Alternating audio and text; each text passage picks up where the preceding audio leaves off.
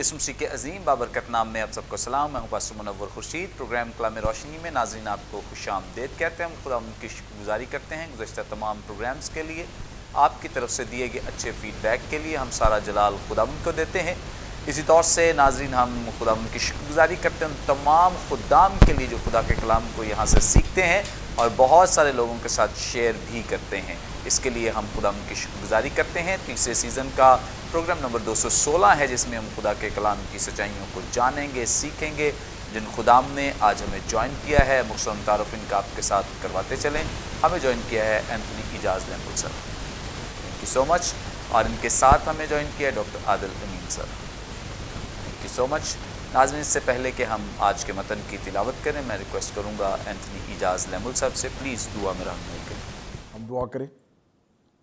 خداوند باپ ایک بار پھر ہم شکر کرتے ہیں تیری ساری برکات نعمتوں کے لیے, خاص کر خداوند سوشل میڈیا کی ٹیکنالوجی کے لیے جس کے ذریعے سے خداوند تیرا کلام حدیں پار کر کے دور دراز تک پہنچتا ہے. ہم اس وسائل کے لیے شکر گزار ہیں.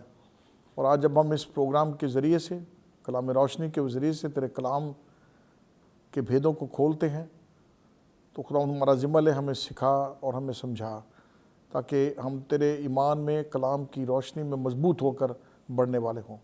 یسوع کے نام سے آمین. Thank you so much. ناظرین کلام مقدس میں سے اپنی رہنمائی کے لیے آج ہم تلاوت کریں گے نئے عہد نامے میں سے مقدس لوکا کی معرفت لکھی گئی انجیل, اس کا 22واں باب 7ویں آیت سے لے کر 13ویں آیت تک. خداوند کی زندگی بخش پاک کلام میں یوں حکم ہے, اور عید فطیر کا دن آیا جس میں فصح ذبح کرنا فرض تھا, اور یسوع نے پترس اور یوحنا کو یہ کہہ کر بھیجا کہ جا کر ہمارے کھانے کے لیے فصح تیار کرو. انہوں نے اس سے کہا تو کیوں چاہتا ہے کہ ہم تیار کریں؟ اس نے ان سے کہا دیکھو شہر میں داخل ہوتے ہی تمہیں ایک آدمی پانی کا گھڑا لیے ہوئے ملے گا. جس گھر میں وہ جائے اس کے پیچھے چلے جانا اور گھر کے مالک سے کہنا کہ استاد تجھ سے کہتا ہے وہ مہمان خانہ کہاں ہے جس میں میں اپنے شاگردوں کے ساتھ فصح کھاؤں. وہ تمہیں ایک بڑا بالا خانہ آراستہ کیا ہوا دکھائے گا, وہیں تیار کرنا. انہوں نے جا کر جیسا اس نے ان سے کہا تھا ویسا ہی پایا اور فصح تیار کیا. کلام مقدس کے پڑھے سنے جانے پہ خدا ان کی برکت ہو, آمین. ناظرین کلام مقدس کا یہ حصہ جو بھی ہمارے سامنے تلاوت کیا گیا ہے بڑا ہی ہسٹوریکل, اور اس میں ایسا مواد جس سے ہم تاریخی ان تمام قربانیوں کے تعلق سے جو خاص طور پہ پرانے عہد کا حصہ ہیں کے تعلق سے سیکھ سکتے ہیں. اور خاص جو اسپیسیفک حصہ یہاں پہ عید فطیر پر روشنی ڈالی گئی ہے اور اس کے ساتھ عید فصح کا ذکر کیا گیا ہے. بہت دفعہ ہم پڑھتے ہوئے سنتے ہوئے کنفیوز ہو جاتے ہیں, بہت سارے لوگ بھی ہمیں کنفیوز کر دیتے ہیں. کچھ معذرت کے ساتھ کہنا پڑے گا کہ جو سکھانے والے ہیں وہ بھی اس فرق کو نہیں جان پاتے, جس کی وجہ سے ان دونوں چیزوں کو مکس اپ کر کے بیان کر دیا جاتا ہے. ہاں اگرچہ ان کا آپس میں چولی دامن کا ساتھ ہے, جدا نہیں کیا جا سکتا, لیکن اسپیسیفکلی جو ان کی اپنی حیثیت ہے اس کو بیان کرنے کے لیے ضروری ہے کہ ہم ان کے بارے میں سیکھیں, جانیں, تاکہ ہمیں الگ الگ ان چیزوں کا پتہ ہو اور ہم بہتر طور سے رہنمائی دے سکیں. آج ہم نے جن خداوند کو بلایا ہے خدا ان کا شکر ہو, خداوند نے برکت دے رکھی ہے تاکہ کلیسیا کی بہتر رہنمائی کر سکیں. سب سے پہلے جانیں گے ڈاکٹر عادل امین صاحب سے. ڈاکٹر صاحب یہاں پہ جب ہم 7ویں آیت پڑھتے ہیں تو یہاں پہ لکھا ہے عید فطیر کا دن آیا, تو اس کا مطلب یہ ہے کہ عید فطیر جو ہے یہ ایک عید ہے جس کا آغاز ہوا ہے کسی دن سے, اور اس کا جب دن آیا ہے تو اٹ مینس کہ کوئی اسپیشل کوئی ڈے ہے اس میں, جس میں آگے چل کے ہم فصح پہ بھی بات کریں گے. بہرحال میں چاہتا ہوں کہ آپ اسپیسیفکلی عید فطیر پر ہماری رہنمائی کریں, کلیسیا کو سکھائیں کہ وٹ از دس, یہ عید فطیر ہے کیا. بہت شکریہ بھائی صاحب. اجی بھائی صاحب بہت اہم سوال ہے اور لوگ واقعی اس کو مکس اپ کرتے ہیں. اس کا تاریخی حوالہ ہمیں مل جاتا ہے بائبل مقدس میں ہی.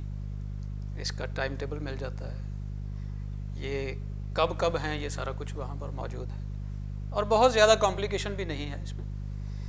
کہ اگر ہم دیکھیں احبار کی کتاب کے 23ویں باب کی 5ویں آیت میں تو لکھا ہے کہ پہلے مہینے یعنی نیسان کا جو عبرانیوں کے پاس جو یہودیوں کے پاس مہینہ پہلا ہے نیسان کا، پہلے مہینے کی 14ویں تاریخ کو شام کے وقت خداوند کی فسح ہوا کرے. اب یہ دونوں جو باتیں ہیں ان کو یاد رکھنے کے لیے سامعین اس بات کو یاد رکھ سکتے ہیں کہ یہ دونوں مقدس دن جو ہے وہ انٹرلنکڈ ہے.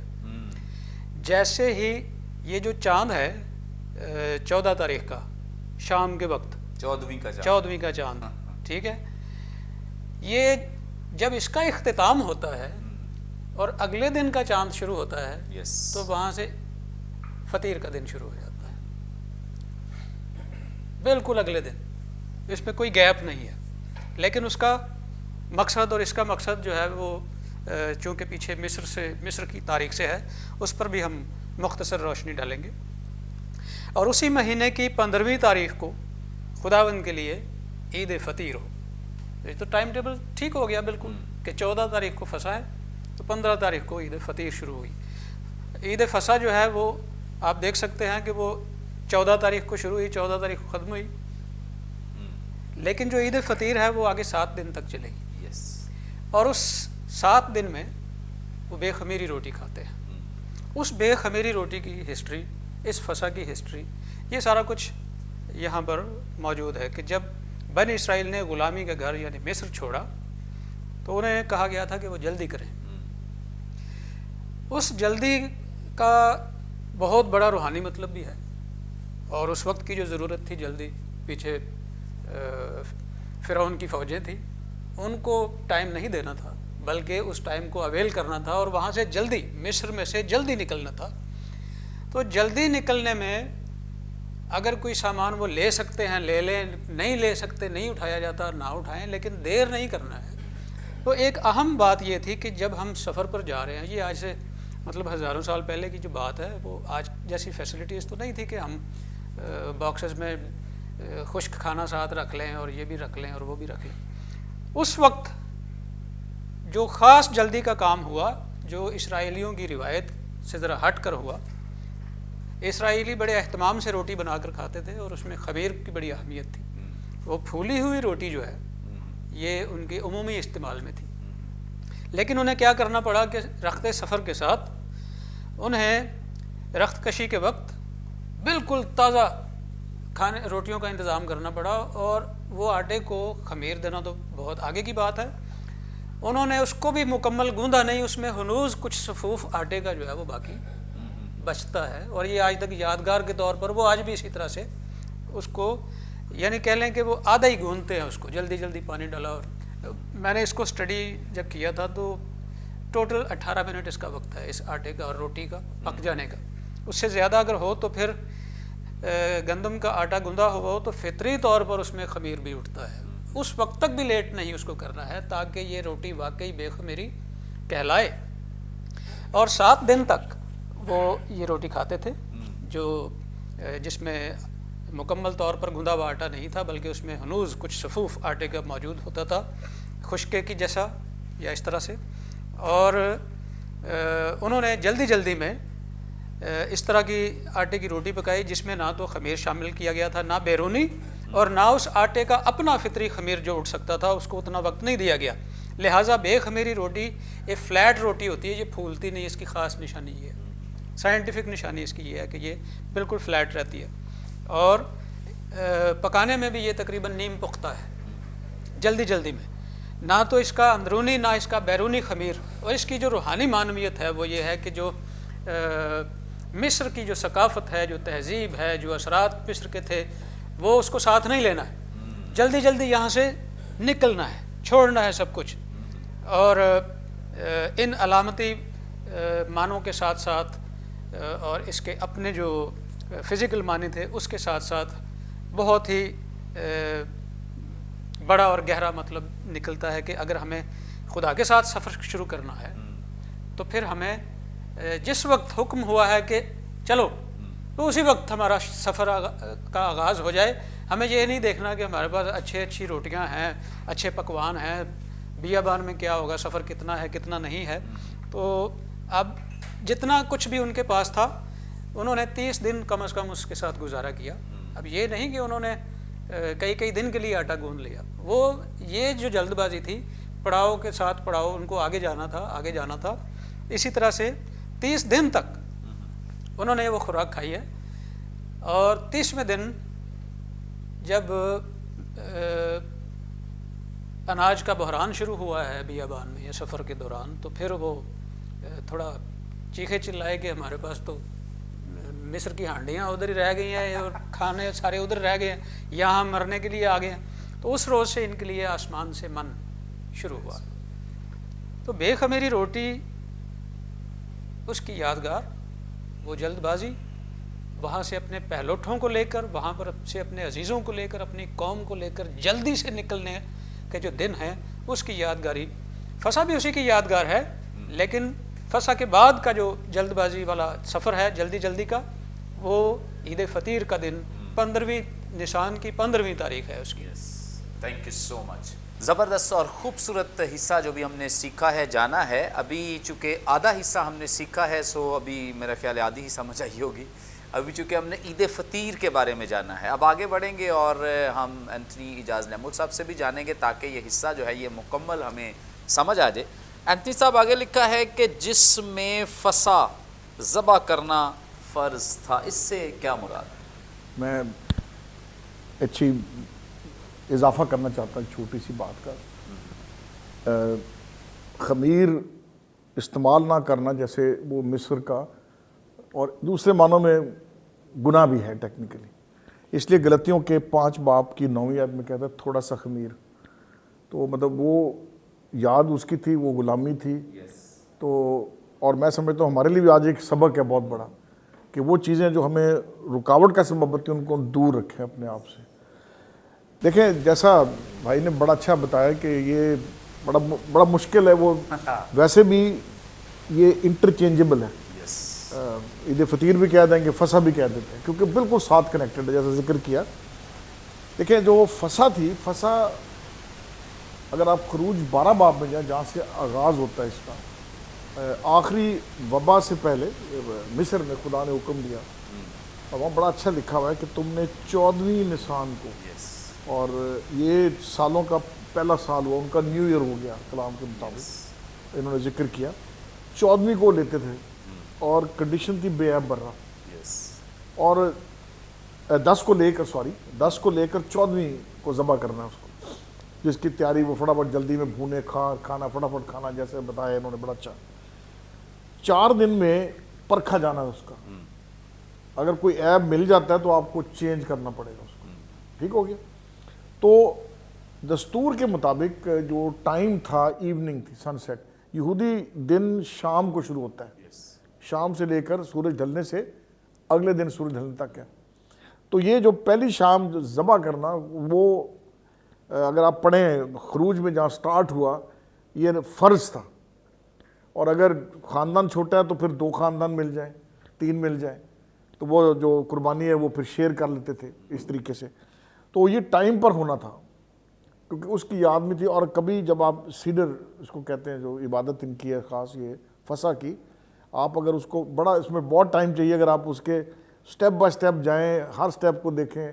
اس میں 4 دفعہ میں کا استعمال ہے, وہ ہر کپ کا ایک اپنی امپورٹنس ہے. پھر کڑوا ساگ ہے, وہ ساری ایک بڑی خوبصورت تصویر ہے اس کے اندر. تو ٹیکنیکلی سپیکنگ اس شام کو ذبح کیا جانا تھا. اور اگر ہم مطلب یسوع کے لیے بھی بڑی امپورٹنس تھی, یہودی تھا. اور یہ فسا, یہ دیکھیں یہودی ایک ڈریم تھی کہ زندگی میں ایک مرتبہ یروشلم میں آ کے فسا منائے, ہر ایک کی خواہش تھی. اور میں پڑھ رہا تھا ایک آرٹیکل, اس یعنی مسیح کے زمانہ میں یروشلم کی آبادی میں لگ بھگ 20 لاکھ کا اضافہ ہوتا تھا. لوگ جیسے حج میں لوگ جاتے ہیں, مطلب مکے میں رش پڑ جاتا ہے, تو یہ ایک مطلب خواہش تھی. اور پھر وہ شامل ہونا اس کے اندر, اور یہ یاد دہانی تھی مصر سے غلامی کے نکلنا, اور پھر اس کے میننگ آگے چل کر اور گہرے ہو گئے جو مسیح کی ذات کے اندر ملتے ہیں. اور کبھی اگر موقع ملے گا میں آگے وضاحت کروں گا کہ مسیح کا 10 تاریخ کو ہی پیش ہونا اپنے آپ کو, اور تقریباً 14ویں کو مصلوب ہونا, ابھی کرسمس ایسٹر سیزن آ رہا ہے. تو یہ ذبح کیا جانا تھا, اور یہ ٹائمنگ تھی شام کو اس ٹائم کر کے تاکہ فصح میں آپ شامل ہو سکیں. یہ اس کی سگنیفیکنس تھی.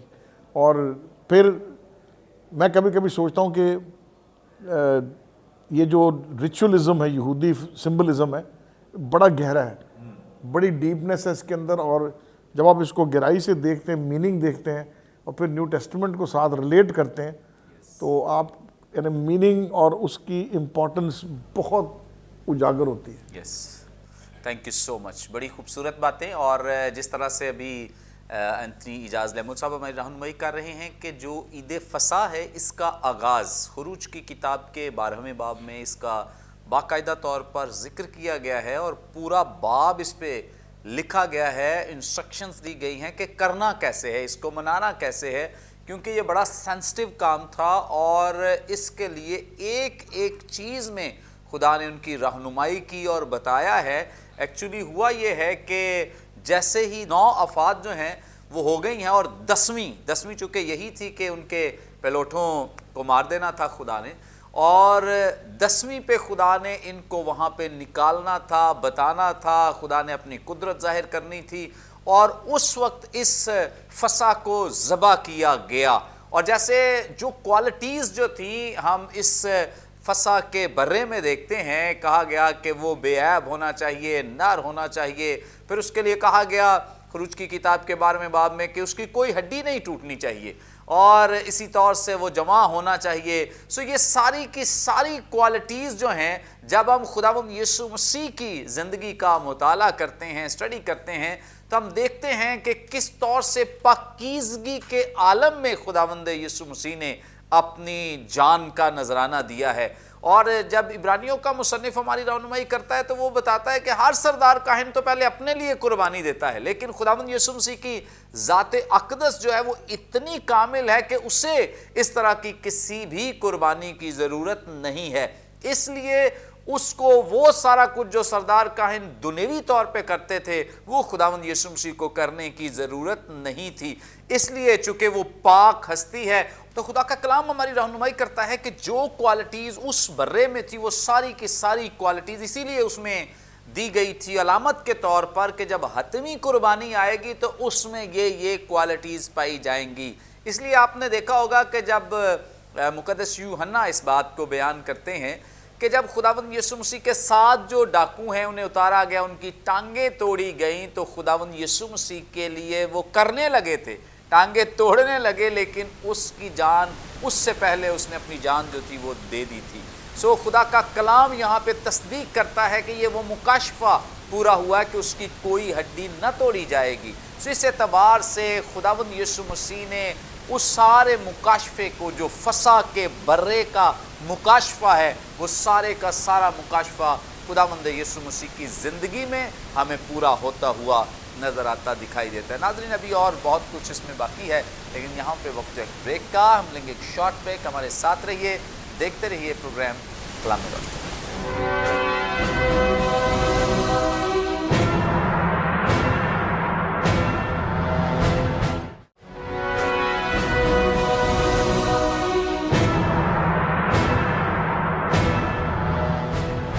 ویلکم بیک ناظرین, آپ دیکھ رہے ہیں پروگرام کلام میں روشنی. بریک پر جانے سے پہلے بڑی زبردست خوبصورت باتیں جو آپ خدا کے کلام میں سے سیکھ رہے تھے, جان رہے تھے, آگے بڑھیں گے اور اس پیسج میں سے مزید سچائیاں جانیں گے, سیکھیں گے ڈاکٹر عادل امین صاحب سے. یہاں پہ جب خداوند یسوع مسیح نے اپنے شاگردوں کو بھیجنا ہے تو کلام بیان کرتا ہے کہ 2 کو بھیجا ہے, اور 2 بھی اسپیسیفک وہی نام ہے, بار بار ہمارے سامنے آتے ہیں. وجہ کیا ہے؟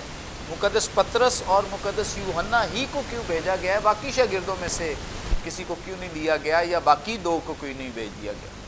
یہ سوال جو ہے یہ کچھ لوگوں کے لیے عجیب بھی ہو سکتا ہے, کچھ لوگوں کے لیے بہت زیادہ اہم نہیں بھی ہو سکتا, لیکن اس کی معنویت بہرحال موجود ہے. خداوند یسوع مسیح نے جو اسپیسیفک خدمت کے کام تھے ان کے لیے 2 کی تعداد جو ہے اس ایک ایک شخص کم از کم گواہ یا مشاہدے کے لیے بھی ساتھ ہوتا تھا. وہ ایک اور پہلو ہے. لیکن ہم تھوڑا تھوڑا دیکھ لیں اگر ان کے دونوں کے حالات زندگی کو، یا مختصر تعارف ان دونوں کا اگر دیکھ لیں تو خداوند یسوع مسیح کی گلیل جیسے علاقے میں گلی گلی خدمت کے دوران جو بھی ایسے کام ہوئے جس میں عملاً شاگردوں میں سے کسی کی ضرورت پیش آئی، تو ہمیں پطرس جو ہے وہ پیش نظر آتا ہے، کبھی کشتی میں، کبھی کسی جگہ. تو جس طرح موسیٰ کی زندگی میں ٹریننگ کا ایک دور آیا تھا قیادت کے لیے، تو میں سمجھتا ہوں کہ پطرس کی زندگی میں یہ تمام واقعات ایک آنے والے جو وقت کی قیادت تھی کلیسیا کی، اس کے لیے ٹریننگ کا پہلو اس میں موجود ہے. اور دوسری بات یہ ہے کہ یہ ایک وقت میں خداوند یسوع مسیح سے کہتا ہے کہ تو یہاں سے چلا جا، ٹھیک ہے میں بہت گناہ گار ہوں، لیکن اصل میں یہ خداوند یسوع مسیح کے بہت قریب ہے. وہ اس کی سوچوں میں، اس کی عملی زندگی میں، صبح شام میں یسوع موجود ہے.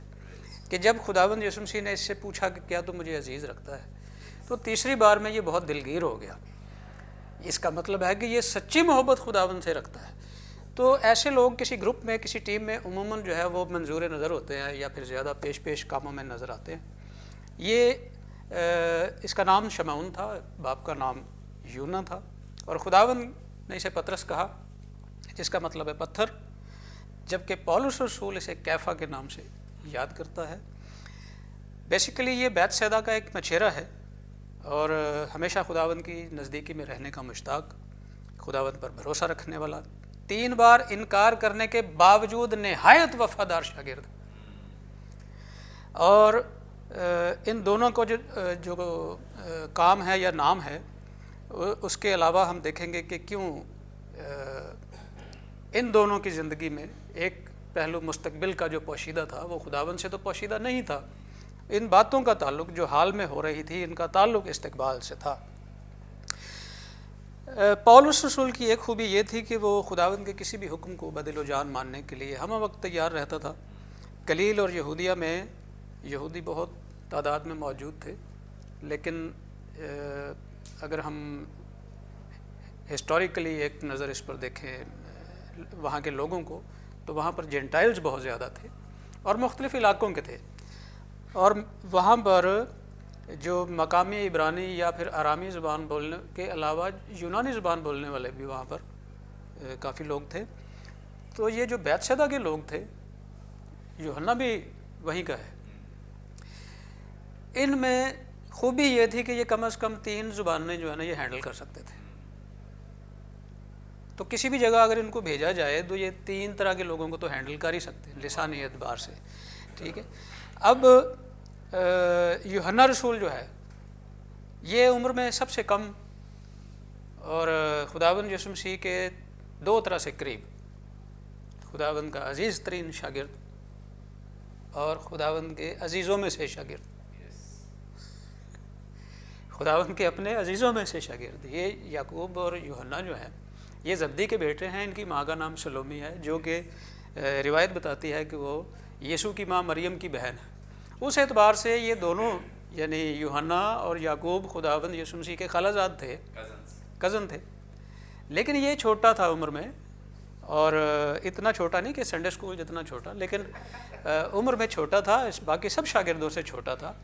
اور اس وقت اس کو ساتھ بھیجنا، یہودی روایت میں ایک بات یہ تھی کہ وہ اپنے نوجوانوں کو ٹریننگ دیتے تھے. کسی سینئر کے ساتھ جونیئر کا ہونا یہ ان کے لیے ایک تربیت تھی. اب وہ فسح کی تیاری کس طرح سے کرنی ہے، کن چیزوں کی ضرورت ہے، یہ یوحنا رسول کے لیے اس وقت روایت کے مطابق ایک ٹریننگ کا حصہ تھا. لیکن خداوند یسوع مسیح وہ یوحنا رسول کو مشاہدے کے لیے اس کے ساتھ ساتھ رکھتے ہیں، کیونکہ اب ان دونوں کی زندگی میں آگے چل کے ہونے والا کیا تھا. پطرس کو لیڈ کرنا تھا ایک کلیسیا کو، اور اس کے لیے کلیسیا میں کیا کچھ ہونا چاہیے، کیا نہیں ہونا چاہیے. تو تیاری کا جو عمل تھا وہ اس میں ایک پہلو یہ ملتا ہے، مستقبل کے لیے ایک نشان یہ ملتا ہے. اب یوحنا کے لیے مشاہدے کی جو باتیں تھیں، اسے بہت کچھ لکھنا تھا آنے والے دنوں کے لیے.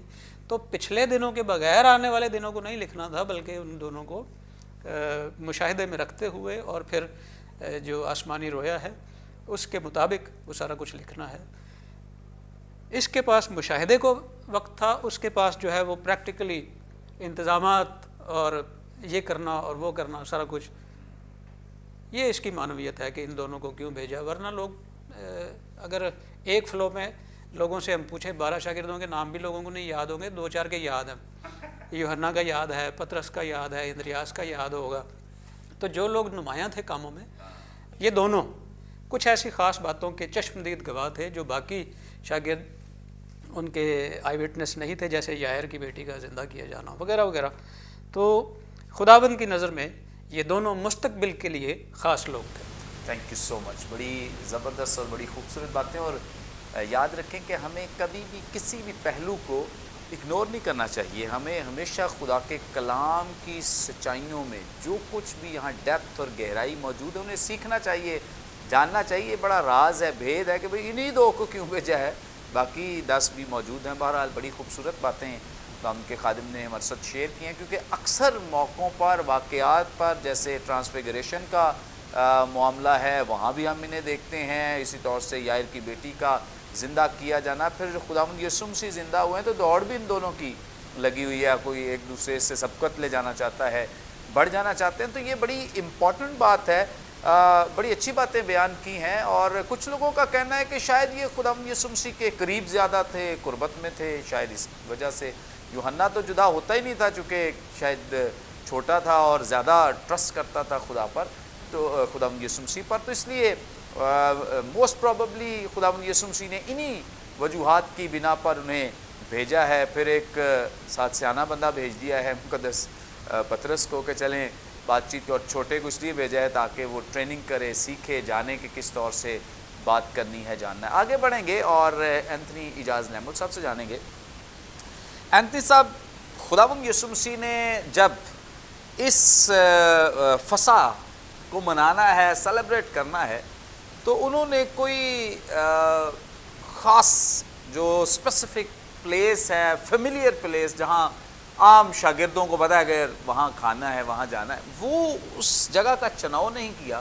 خداوند یسوع مسیح نے ایک ایسی جگہ کا چناؤ کیا ہے جو ان سے مانوس نہیں ہے, بلکہ خود خداوند یسوع مسیح بھی وہاں پہلی دفعہ ہی جا رہے ہیں منانے کے لیے. اس کے پیچھے کوئی خاص راز, کوئی بھید کہ خداوند یسوع مسیح نے جو آلریڈی جگہیں مقرر ہیں یا جہاں پہ کی جاتی تھی وہاں کی بجائے ایک نئی جگہ کا انتخاب کیا ہے, یہ کیوں؟ اچھا, بہرحال میں چاہتا ہوں کہ تھوڑا سا آپ یسوع مسیح کے دور کے کلچر کو سمجھیں. یہ نسان تقریباً اپریل کا ماہ لگ بھگ یہی مہینہ ہے. اور کچھ اسکالرس کہتے ہیں کہ جو فسح پہلی ہوئی وہ غالباً 2 اپریل مسیح کی جو یسوع مسیح نے منائی 2 اپریل. اسکالرز نے کیلکولیٹ کیا ہے اس کو. ایک خیال ہے. اچھا دیکھیے, میں نے کیا بتایا کہ پہلے ذکر کیا کہ ایکسپیکٹڈ 20 لاکھ لوگوں کا یروشلم میں داخلہ ہو جاتا, اور اس میں سامری ان کو جگہ نہیں دیتے. آپ کو پتہ ان کی لگتی تھی آپس میں, سامری نہیں.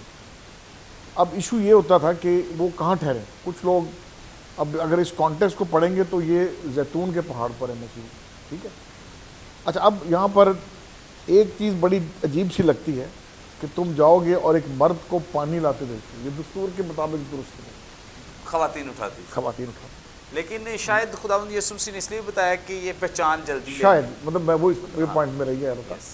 بڑا یونیک سی بات تھی, ڈسٹنکٹیو تھا کہ بھئی وہ بندہ تھا کیونکہ عورت ساری خواتین ہیں. کیونکہ یوحنا 4 میں سامری عورت پانی کے کنویں پہ آئی ہوئی. اچھا, یہ ایک بڑی یونیک بات تھی.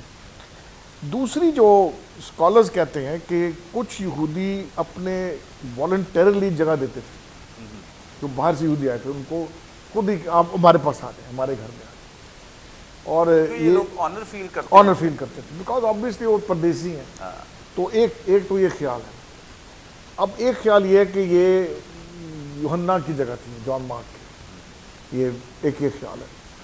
آج کے جو یہودی لوگ, جو لوگ آج زیارت کے لیے اسرائیل جاتے ہیں, یہ جگہ جو اپر روم ہے وہ ایک خیال تھا یہ کہ یہ داؤد کے مقبرے کے اوپر کمرہ ہے، بالا خانہ. بالا خانہ، جس کو کروسیڈرز نے صلیبی جنگوں میں 800 سال پہلے ایک وہاں پر چیپل چرچ بنایا. اب اس کی بھی ایک فلاسفی ہے کہ داؤد کا بیٹا ہے آخری فصح، ٹھیک ہے. اچھا میں جو یہ میرے لیے یوحنا کی انجیل بڑی دل کے قریب ہے، ابھی بہت شوق سے پڑھتا ہوں، بڑی گہری انجیل ہے.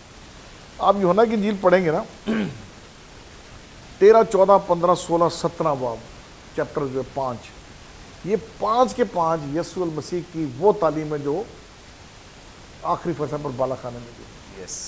اور یہ واحد انجیل ہے جو اس کو ریکارڈ کرتا ہے. اچھا اب ایک یہ بھی مسیح کے ذہن میں جگہ تھی کہ تھا کہ شاید مجھے جگہ سکون والی چیز ہے، میں آرام سے بات کروں. یس. یہ ان کا میں کہہ سکتا ہوں کہ لاسٹ ڈسکورس، یہ ایک زبردست پوائنٹ. ہاں یہ ان کا آخری، کیونکہ ہو سکتا ہے کہ کسی اور جگہ ہوتے تو خداوند یسوع مسیح کی Disturbance. جیسے دھوم ہے اور جیسے لوگ انہیں اب جانتے ہیں، ان کے پیچھے ہیں، تو خداوند یسوع مسیح ایک بڑا خطبہ دینا چاہتے ہیں اپنے اسپیسیفک اپنے شاگردوں کو. اور وہ اس لیے بھی انر سرکل وہ شاگرد بھی موجود تھے، ہاں. اور ویسے بھی آپ یہ فصح مناتے تھے فیملی کے ساتھ، کلوز ونس کے. اچھا آپ دیکھیں اگر آپ 15 یہ چیپٹرز پڑھیں، 5 چیپٹر، اس میں تعلیم دیکھیں، 17 کی دیکھیں انٹرسیشن، یعنی مسیح دعا کرتا ہے. پھر 14 میں جائیں، یس. روح القدس کے بارے میں تعلیم ہے، میں مددگار بھیجوں گا. تو جب آپ اس کو واقعی جب آپ گہرائی میں جاتے ہیں نا، تو وہ میں سمجھتا ہوں کہ لاسٹ مصلوب ہونے سے پہلے فیئر ویل بائے بائے کرتے ہوئے بڑی گہری ایمان کی باتیں انہوں نے کہی. تو میں سمجھتا ہوں ایک شاید یہ ریزن تھا کہ وہ ایک ایسی جگہ پر جا کر بیٹھے جہاں پر ان کو اچھی گہری تعلیم پیش کر سکیں. تو یہ ایک میں سمجھتا ہوں ایک یہ ریزن ہے. اس کے بعد جو آبویسلی جیسے میں نے عرض کیا، آپ فصح فیملی کے ساتھ مناتے تھے، ایک دستور تھا. اور میں سمجھتا ہوں کہ شاید وہ اس پوائنٹ سے بھی تھے کہ میرے 12 شاگرد میرے ساتھ ہوں گے اور ہم بیٹھ کر یہ ایک ٹریڈیشنلی اس کو کریں گے. لیکن جب آپ اس کی گہرائی میں جائیں گے تو انہوں نے اس کا میننگ ہی بدل دیا فصح کا. یہ میرا وہ خون ہے جو نئے عہد کا خون ہے. بیکاز جب ہم فصح کی ہسٹری کو دیکھتے ہیں تو that was the cutting, Hebrew میں کٹنگ استعمال ہوتا ہے کوننٹ کا، یعنی جانور کا کاٹا جانا. ٹھیک ہے، تو وہ پرومس گاڈ نے، خدا نے اس وقت مصر سے نکالنے کے لیے کیا ان کی، بیکاز وہاں سے وہ ایک نیشن بن کے نکل رہے ہیں going to the promised land. اب ہم جب اس فصح کی بات کرتے ہیں تو مسیح کے مصلوب ہونا ہے، اور اس کے بعد ہم اس نئے عہد نامہ اور اس نئے عہد کے مطابق ہم ایک نئی اس زندگی کے وارث ہو کر اس بادشاہ میں داخل ہونے کے لیے تیار ہیں. تو یہ میں سمجھتا ہوں بڑی سگنیفیکنٹ باتیں ہیں، شاید اسی لیے یہ ڈسکورس ہے. اور میں نے پھر عرض کیا اس پر اسکالرز ڈاگمیٹک نہیں ہیں، اٹس ویری مطلب اپنا اپنا خیال ہے، لیکن ذاتی طور پر میں سمجھتا ہوں کہ شاید وہ گہری تعلیم جو ان کے ذہن میں تھی کہ میں جاتے جاتے دوں، یہ جگہ کا چناؤ کیا گیا. پریز گاڈ، تھینک یو سو مچ.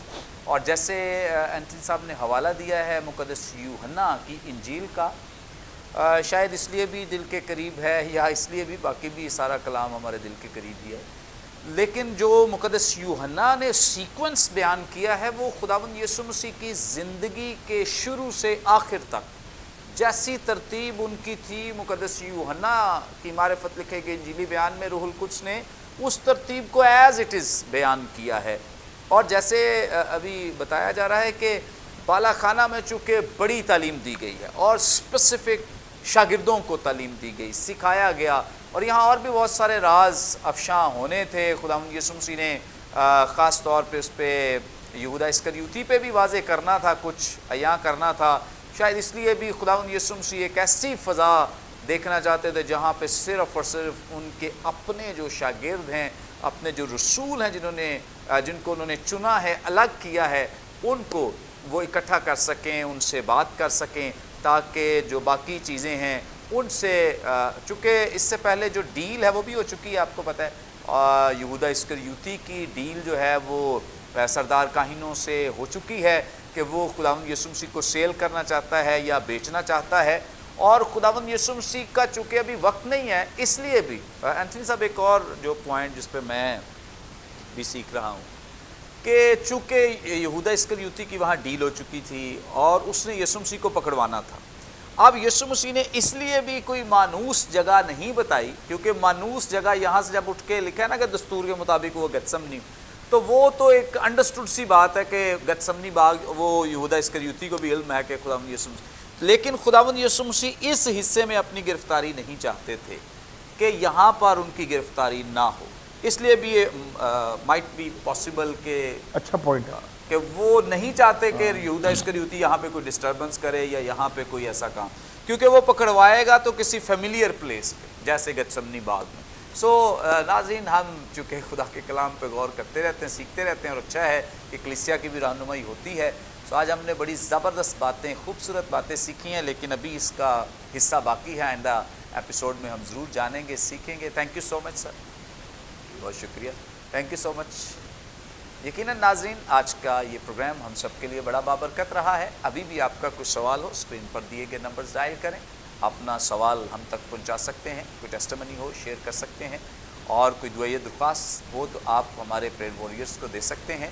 اسی طور سے ہمارے تمام پروگرامز آپ یوٹیوب پہ بھی واچ کر سکتے ہیں۔ واچ کرنے کے لیے برکت ٹی وی آفیشیل کے نام سے ہمارا چینل ہے، ضرور اسے سبسکرائب کریں، دوسروں کے ساتھ شیئر کریں، تاکہ زیادہ سے زیادہ لوگ خدا کے کلام کی سچائیوں کو جان سکیں، سیکھ سکیں۔